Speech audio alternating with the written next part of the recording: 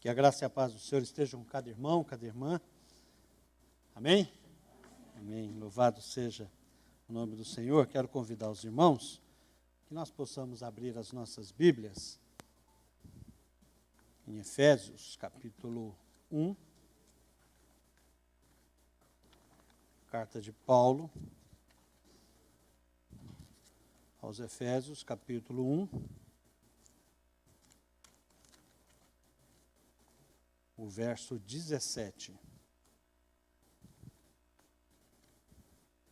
Efésios capítulo 1, verso 17, nós temos aqui Paulo iniciando a sua carta, saudando a igreja, bendizendo a Deus, a graça da bênção que nós temos recebido na pessoa do nosso Senhor Jesus Cristo, e ele vai orar pela igreja, assim como o nosso Senhor Jesus orou pela igreja, Paulo também está orando pela igreja, e no verso 17, o apóstolo Paulo pede algo muito especial para a igreja, para a nossa igreja, para nós como um grupo de pessoas que buscam a Deus, são discípulos de Jesus, e ele vai fazer o seguinte pedido: peço que o Deus de nosso Senhor Jesus Cristo, o glorioso Pai, lhes dê espírito de sabedoria e de revelação no pleno conhecimento dele. Senhor, nós estamos aqui na tua casa e aqui está a sua palavra. Nós pedimos que, em nome de Jesus, fale conosco, Senhor. Tenha misericórdia da nossa vida e que a tua palavra nesta manhã possa responder às nossas, ó Deus, dificuldades, limitações, nossas dúvidas, e que nesta manhã ela edifique as nossas vidas. No nome de Jesus que nós oramos. Paulo traz aqui nesse versículo, é claro que a oração ela é mais completa, ela tem mais coisas, mas eu queria me deter com você neste versículo, que tem 3 coisas que Paulo pede aqui para a igreja, que é muito importante. Se você juntar essas 3 coisas e aquilo que Paulo vai pedir nos outros versos, Paulo está pedindo que Deus dê à sua igreja discernimento espiritual. Algo muito importante. Porque o que existe de meninice, confusão, dificuldade para entender as coisas de Deus, e às vezes achando que as coisas de Deus são muito difíceis para entender. Claro, o próprio Pedro vai dizer isso, que algumas coisas que o apóstolo Paulo vai nos ensinar é de difícil entendimento. Mas Deus nos dá a graça, e Tiago fala algo muito importante. Se nós precisamos de sabedoria e se nós precisamos de discernimento, podemos pedir a Deus, que Deus dá a quem Ele quiser. E aqui Paulo vai dizer que Deus possa nos dar um espírito de sabedoria. Esse espírito de sabedoria não é um conhecimento além do que já nos está revelado. Não é isso. O que Paulo está pedindo a nós, para nós, é que, pedindo a Deus para nós, é que nós possamos entender e apreender de Deus o que é sabedoria. E o que é sabedoria? Pensadores vão dizer que sabedoria é um conhecimento das coisas mais preciosas que tem neste mundo. Outro pensador vai dizer que sabedoria é o conhecimento das coisas humanas e das coisas divinas. Mas sabedoria, de acordo com a palavra de Deus, é o conhecimento iluminado por Deus. Por isso que Tiago vai dizer, se falta alguém sabedoria, peça a Deus, porque é o Espírito Santo de Deus que vai nos dar entendimento e vai dar clareza no nosso coração sobre a vontade do Senhor. A sabedoria é olhar para a vida com o olhar de Deus. A sabedoria é encontrar respostas às nossas questões, à nossa vida e o nosso cotidiano através da perspectiva de Deus. não através da perspectiva humana, porque a nossa perspectiva humana é muito limitada. E nós não podemos discernir se isso não nos for dado pelo Espírito de Deus. Sabedoria não é sinônimo também de conhecimento.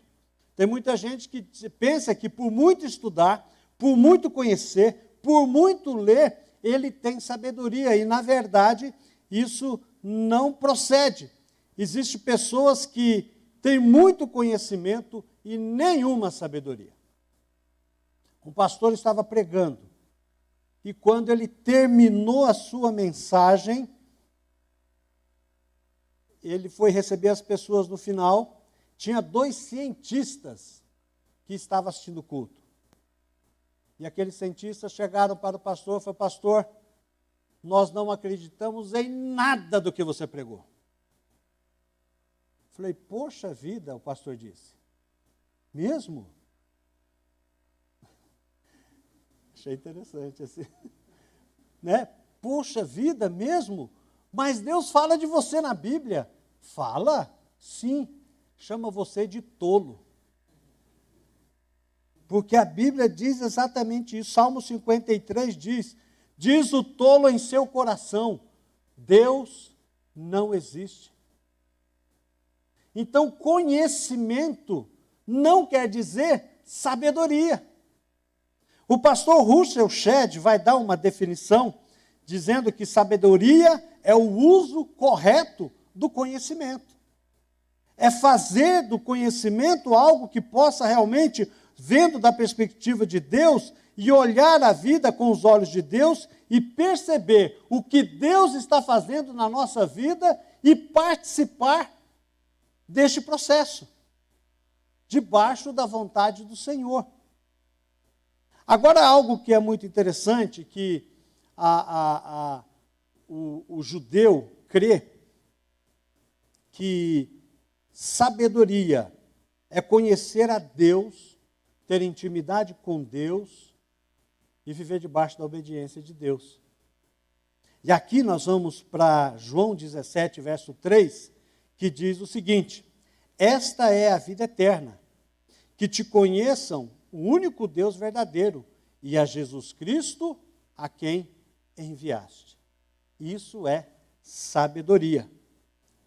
E para conhecer a Deus, o único Deus verdadeiro, e a Jesus Cristo, para que tenhamos sabedoria, é preciso ter experiências com Deus, é preciso ter intimidade com Deus, é preciso ter amor a Deus e, claro, submissão à sua vontade. Isso é sabedoria. É isso que Paulo está pedindo em sua oração.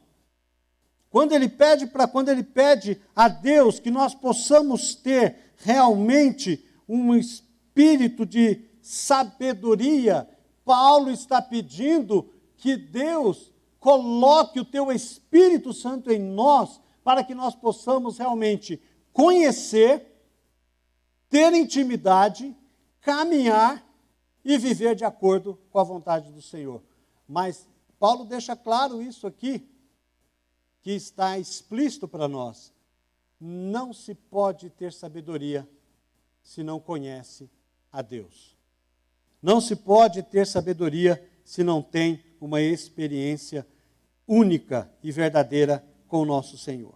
Em segundo lugar, Paulo pede que nós possamos ter um espírito de revelação. Aí essa semana alguém ligou para mim e perguntou, mandou uma mensagem, falou: pastor, existe profeta hoje? Mas naquele sentido do Antigo Testamento, que Deus revela algo para ele, e ele possa falar coisas que Deus fala só para ele, e ele vai dar uma revelação para alguém? Eu entendi a pergunta dela porque muita gente que vem na igreja e participa dos nossos cultos é orientado pelos nossos copastores da mídia. Então a pessoa vem na igreja, assiste o culto na quarta-feira, no domingo, nós estávamos falando isso hoje, antes do culto de manhã, e durante a semana fica ouvindo esses pastores, que eu tenho até algum receio de chamar de pastores, mas que dizem que são pastores e que fazem revelações. E dentro da pergunta dessa pessoa, ela dizia o seguinte, essa pessoa: pastor, é possível alguém fazer uma revelação de algo, definindo alguma coisa para nós, algo que vai acontecer? Existe um profeta sim, e o profeta ou o pastor, ele tem o poder de amaldiçoar a vida de alguém? Eu peguei a resposta e falei: irmã, se amaldiçoa não é pastor, se é pastor é do diabo, porque Deus em momento algum amaldiçoa o indivíduo. Deus não veio para amaldiçoar, Deus veio para salvar, para restaurar, para abençoar. Pastor não é para amaldiçoar, pastor é para abençoar, para pastorear, para ministrar, para ensinar da parte de Deus. Se nós pensarmos em pastor que amaldiçoa, esqueça, não é pastor, nunca foi, muito menos apóstolo, e muito menos bispo.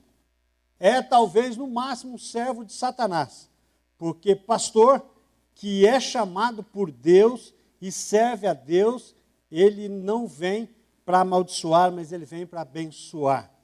Quanto à questão da revelação, tudo que Deus tinha para nos revelar está escrita na palavra dele.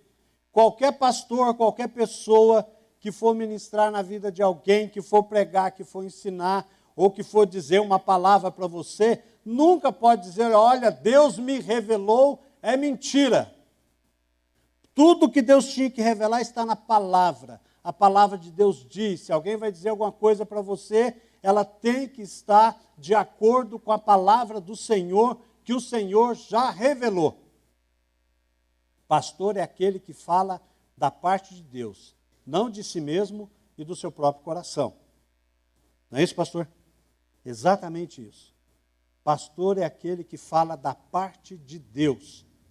Talvez ele nem queira falar, mas se está na palavra de Deus, ele tem que falar, porque o Senhor quer nos ministrar e quer nos abençoar, ele faz através da sua palavra. O pastor é um instrumento do Senhor que ele usa para transmitir a mensagem do Senhor. E quando nós olhamos o texto, nós lemos que Paulo vai dizer que possa nos dar um espírito de revelação. E quando nós olhamos esse espírito, eu entendo que o espírito é o Espírito de Deus. Não podemos ter a revelação da palavra de Deus se Deus não estiver na nossa vida. Não podemos entender, compreender e discernir a palavra de Deus se o Espírito Santo não nos der clareza quanto à vontade do Senhor. Não existe novas revelações além da Bíblia. Paulo sabia que o ser humano não é capaz de entender nada que foi revelado através da Bíblia, e que nós precisamos sim do Espírito Santo para que nós podemos reconhecer a palavra. E muitos que não têm o Espírito, muitos que não conhecem a palavra, Romanos 1,18 diz que a ira de Deus é revelada do céu contra toda impiedade e injustiça dos homens, que suprimem a verdade pela injustiça. Pessoas que não conhecem a Deus, que definem como tem que ser as nossas vidas, está fazendo o quê? Está transformando a verdade de Deus em mentira, porque não prega de acordo com a palavra de Deus. E quando nós não pregamos a palavra de Deus à luz do Espírito Santo, à luz da revelação do Espírito Santo para nós, nós não conseguimos ministrar. E, na verdade, nós estamos transformando aquilo que é verdade em mentira. E aqui, quando você olha, observa o livro de Romanos, capítulo 1, você vai ver que o pecado humano, o homem sem o Espírito de Deus, leva o indivíduo à degeneração humana, à ignorância quanto a Deus, leva ele à idolatria e coloca a mentira no lugar da verdade. Tem muita gente que faz isso. Tem muita gente que coloca outras coisas para preencher um vazio que está no seu coração, que só Deus pode preencher. e acham e são enganados porque pensam que consegue suprir esta necessidade. Nada pode ocupar o lugar de Deus. Não existe. Não existe nada que o ser humano pode fazer que possa preencher o vazio que está no seu coração. E quando nós queremos receber a revelação de Deus através do seu Espírito, aqui nós estamos falando sobre salvação, que é o conhecimento pessoal de Deus. Estamos falando sobre a santificação, que é o conhecimento crescente de Deus. E estamos falando de glorificação, que é o conhecimento perfeito de Deus. Quando nós conhecemos a Deus perfeitamente, quando nós conhecemos a plenitude da revelação de Deus para a nossa vida, nós entendemos que isso só é possível através de alguém que reconhece Jesus como Salvador e Senhor. Então, Paulo está escrevendo à igreja de Jesus. E quando Paulo está escrevendo à igreja de Jesus, nós aprendemos: quanto melhor conhecemos a Deus, mais gratificante será a nossa vida. Quanto mais revelação de Deus, e isso é um processo de santificação daqueles que já têm Jesus, mais ele tem conhecimento, mais ele tem paz, mais ele tem sabedoria, mais ele tem discernimento, mais ele consegue olhar a vida na perspectiva de Deus. Já visitou aquele crente que está em casa doente, que sabe que está passando por uma enfermidade terrível e os seus dias estão contados, e você já experimentou isso? Você vai lá para consolar ele e sai de lá consolado? Isso é sabedoria que vem de Deus, da pessoa que percebe que os seus dias estão contados, sabe que a sua vida aqui é finita, mas que ao atravessar a porta da morte vai se encontrar com o Senhor, e isso traz paz em seu coração. Isso só quem tem Jesus no coração, quem tem intimidade, quem tem sabedoria é que pode viver esses dias assim. A minha oração, já aqui com 53 anos, é que Deus me dê sabedoria para o dia que eu tiver que enfrentar tal dificuldade, eu possa enfrentá-la debaixo da graça do Senhor. Todos nós precisamos ter isso em mente, que nós precisamos da graça e do conhecimento e da sabedoria do Senhor para que a nossa vida seja uma vida abençoada e em paz. E em terceiro lugar, Paulo pede a Deus para que nós possamos conhecer a Deus plenamente. Uma coisa é conhecer a respeito de Deus. Outra coisa é conhecer a Deus. É diferente. Uma coisa é você conhecer a respeito da Clarete, mas eu vivo com ela. E tem sido bênção. Não é muito fácil não, mas é bênção. É bênção de Deus. Mas eu durmo com ela todo dia, tomo café com ela todo dia, almoço com ela. Às vezes eu janto, eu não estou jantando muito porque ela não deixa, mas eu estou junto dela. Às vezes eu costuro máscara lá com ela, ajudo ela no trabalho da faculdade, como ela me ajudou também no meu tempo. Mas conhecer é isso.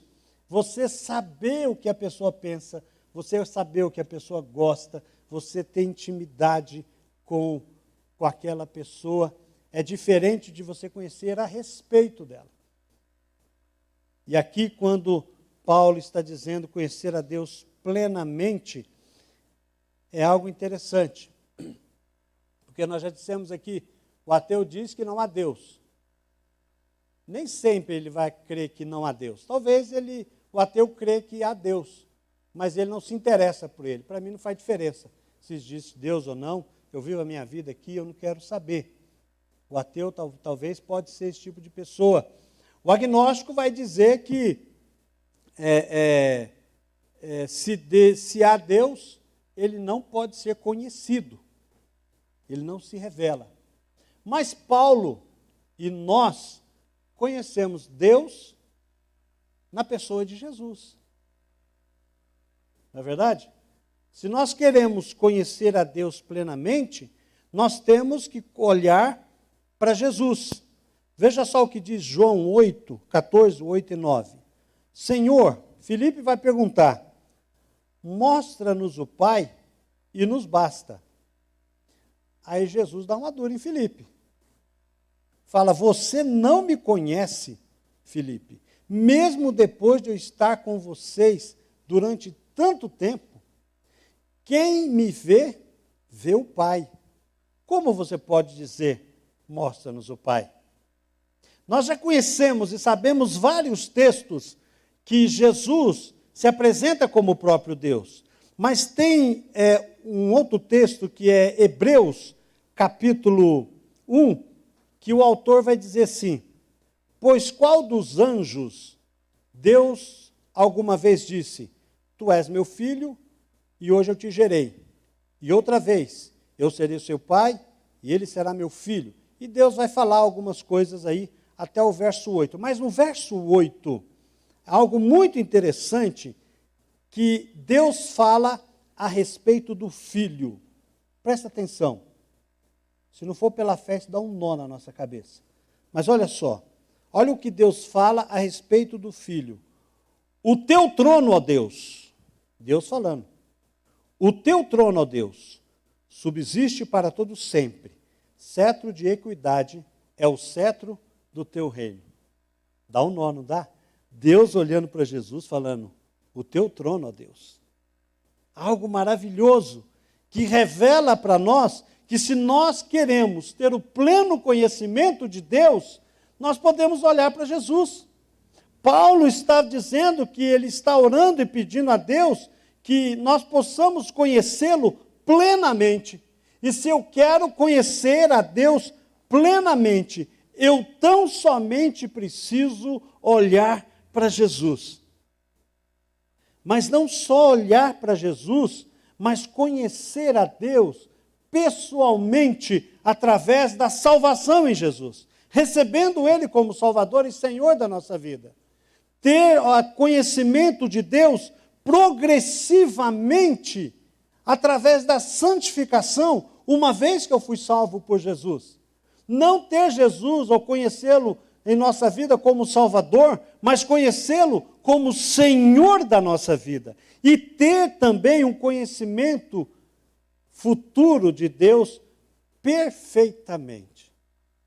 Como Paulo vai dizer, vê-lo como eu sou visto, conhecê-lo como eu sou conhecido.